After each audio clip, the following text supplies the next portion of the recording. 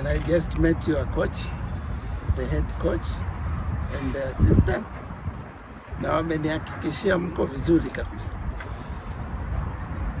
na mimi niwatakie kila laheri, niwatie moyo kwamba tarehe 25 ushindi ni wenu. Lakini pia hamtakuwa peke yenu, watakuwepo Watanzania wengi kabisa kuwaunga mkono na kuwashangilia na kuwapa hamasa zozote ambazo zinahitajika katika ushindi wenu.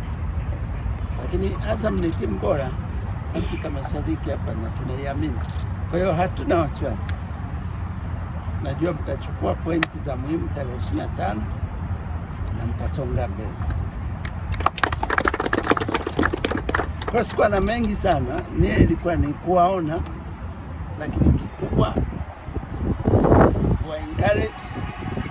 Kwa hiyo sina shaka to the head coach and your assistant.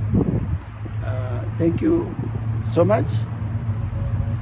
You are keeping the team guided very well, and we are very sure that you are going to emerge the necessary winner on the 25th of this month. Wishing you all the best. Na jamani, serikali iko na nyinyi kwa kila kitu. Asanteni sana. No, thank you very much. You appreciate really your coming, and be sure we are going to fight a lot to get something here after the game. We are going to really to fight because we want to take our first point in this group stage, and yeah, 4 days to work hard and to go back this point. It's only why we are here. Thank you really for coming. Thank you so much. Hey, hongera sana. Asante sana.